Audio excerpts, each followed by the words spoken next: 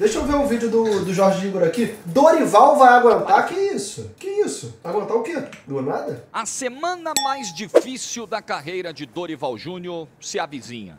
Assunto do vídeo de hoje. Like, se inscreve, ativa o sininho, vem com a gente rumo a 390 mil inscritos. Foi live nós duas, hein, rapaziada? Pra quem quiser assistir sem ad. Por aqui, boa semana, boa segunda-feira pra todo mundo. Deixa eu falar rapidinho com você da hashtag. E nesse momento, com o dobro de gente na Kik que na Twitch.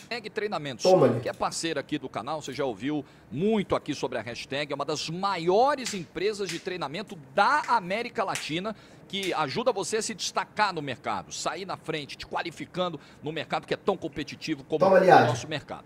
E agora do dia 5, hoje é dia 21, então tá chegando. Eu vou Dia aproveitar 5 pra de suar o nariz, agosto. filho. E o Dorival, hein, gente?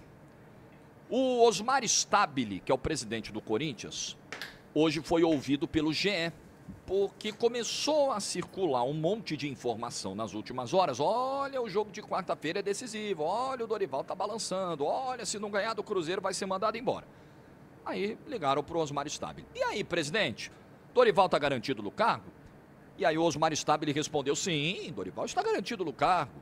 O Fabinho Soldado, que é o diretor executivo de futebol, está garantido no cargo também. Agora, futebol é resultado.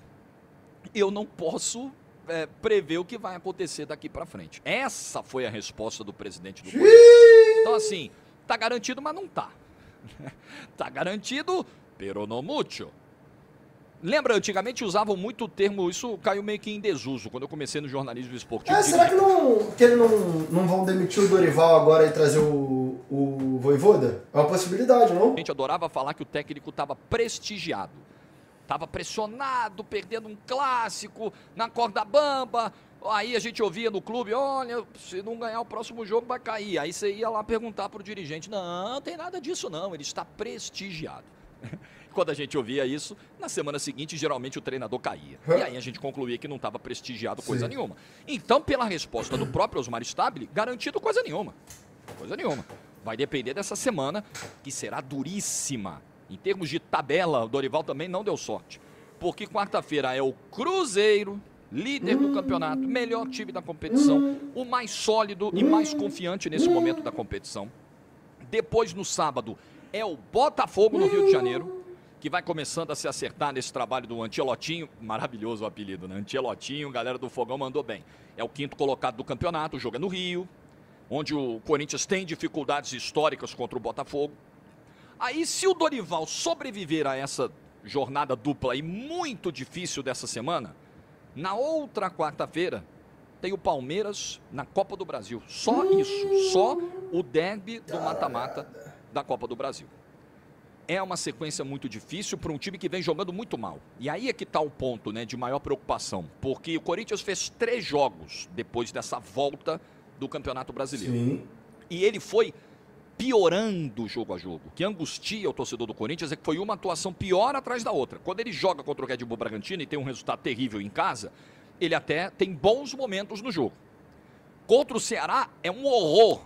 É uma agressão ao futebol. Tanto a atuação do Corinthians quanto a atuação do Ceará. Ganhou do famoso gol cagado.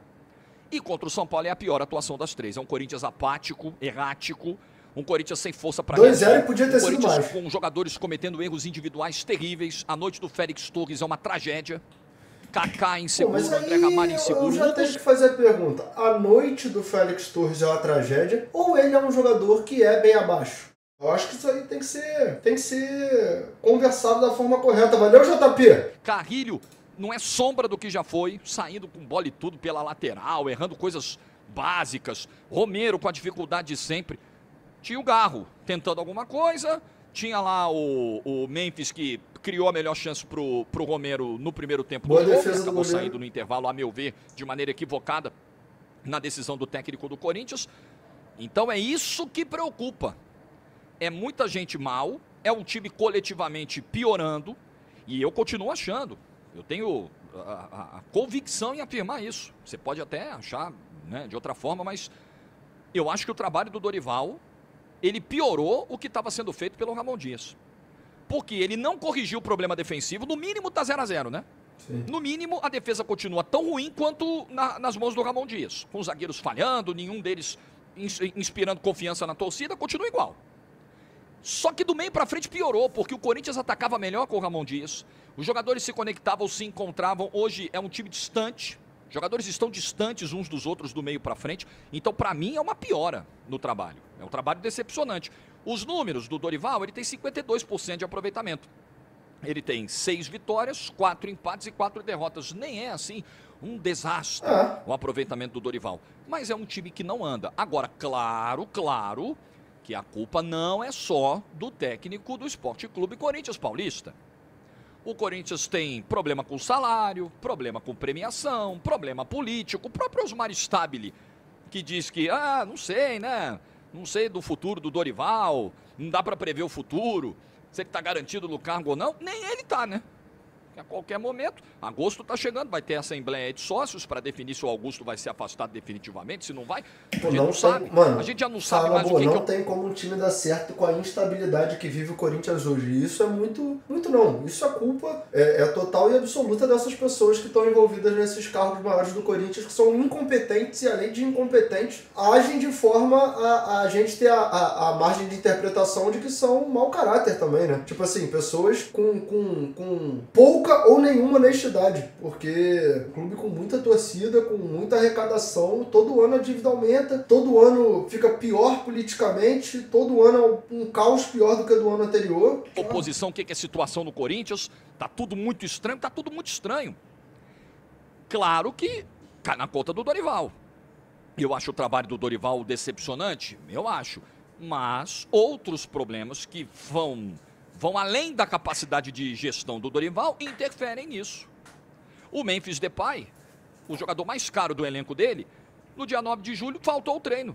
Simplesmente faltou e não avisou. Porque o Corinthians não pagou a premiação, ele estava chateado com isso, já tinha mandado 2 notificações extrajudiciais, o cara simplesmente não apareceu para treinar. Um trabalho assim, ele está correndo, ele está sendo desenvolvido em condições normais? Não, claro que não está. Como é que você acha que não interfere no campo, atraso? Foram perguntar para o Kaká na semana passada. O Kaká falou, então, né? Valeu, Luizinho. Acaba interferindo, a gente tá fazendo o nosso, mas sabe como é. Claro que interfere. Não é que eu acredite que tem jogador do Corinthians de sacanagem fazendo corpo mole porque tem premiação ou salário atrasado, mas o foco do cara, às vezes o foco do cara se perde, às vezes o cara administra mal isso, essa insatisfação. Vide o caso Pedro, né? Estava insatisfeito com a diretoria, passou uma semana inteira, com a cabeça virada. Agora, a entrevista... Virou fio. A entrevista do Pedro no pós-jogo, pra mim, foi uma entrevista muito boa, mano. Falando na boa mesmo, eu achei que foi uma entrevista num tom correto, ele não se exalta, não chuta o balde, não cita nome, mantém um respeito ali, mas cobra também que o diretor do Flamengo, a gente acredita que ele esteja falando, evidentemente, do Boto, se desculpe da mesma forma que o Pedro botou a cara e assumiu que fez uma semana ruim, que tava abaixo mesmo, que errou e tal. Porque esse vazamento realmente, é um negócio de clube de várzea, é um negócio de clube amador e que, expõe o atleta. Eu, por mais que ache que o Pedro tenha errado na forma que ele conduziu essa situação, eu entendo ele ter ficado puto, porque ele não é qualquer um no Flamengo que vagabundo só descarta e tá ligado? Então, pra mim ele tem razão pra ficar chateado. Do Dorival. Agora, eu acho que o Corinthians se precipitou na demissão do Ramon Dias e acho que se um dos principais problemas do trabalho do Ramon era a defesa, trazer o Dorival Júnior faz sentido se a lógica era corrigir a zaga. O Dorival Júnior não é um especialista em sistemas defensivos e mais, ele vem de um trabalho na seleção brasileira onde tinha a pior defesa do G6 da eliminatória. Entre as principais seleções da eliminatória, o Brasil tinha a pior defesa com o Dorival. Aí um time que tem uma defesa hoje problemática traz o Dorival. Não tem muita lógica. Mas esse mercado não tem lógica. Dorival e Vojvoda falam a mesma língua em termos de filosofia, em termos táticos, em termos de trabalho? Não falam. Mas o Vojvoda está na sombra. O Vojvoda é o fantasma do momento. Vocês duvidam? O Corinthians se saindo mal nessa sequência contra Cruzeiro e Botafogo, Dorival caindo e o Corinthians indo atrás do Vojvoda? Não duvide. Porque ainda se contrata muito assim no Brasil o treinador. Quem está disponível, quem está no mercado, quem está dando bobeira, traz. Mas ele joga totalmente diferente. Não tem problema, traz. O Vasco saiu de Carille para Diniz, gente. Carille, Diniz. O Vasco fez isso, deu certo? Estamos vendo que não, né? Estamos vendo que não. Então é assim que se contrata. Enquanto o Vojvoda estiver aí, né, pairando no mercado, ele vai assustar, ele vai assombrar muita gente. Treinador que está ali chacoalhando, e o Dorival está chacoalhando, está nítido nessa fala do Osmar Stabile, está nítido na repercussão do trabalho do Dorival entre a torcida do Corinthians nas redes sociais. Você vai ver aqui nos comentários do vídeo, inclusive, corintianos falando a respeito. É um trabalho, não rolou. Sei lá, assim, porque eu sei que tá em outro... Já foi pra temática do Vojvoda, e eu realmente acredito que por ele ser um treinador que fez um excelente trabalho e duradouro no Fortaleza, enquanto ele estiver livre no mercado, os clubes vão se sentir mais à vontade se tiver que demitir o treinador, porque sabe que tem um cara como ele. Porque quando não tem ninguém, você fica, pô, vai demitir, vai contratar quem? Porque não tem ninguém no mercado. Agora, no que ele falou sobre o Diniz, é óbvio que eu sou suspeito pra falar, porque, pô, já deixei claro aqui várias vezes que eu sou fã do Fernando Diniz e ponto.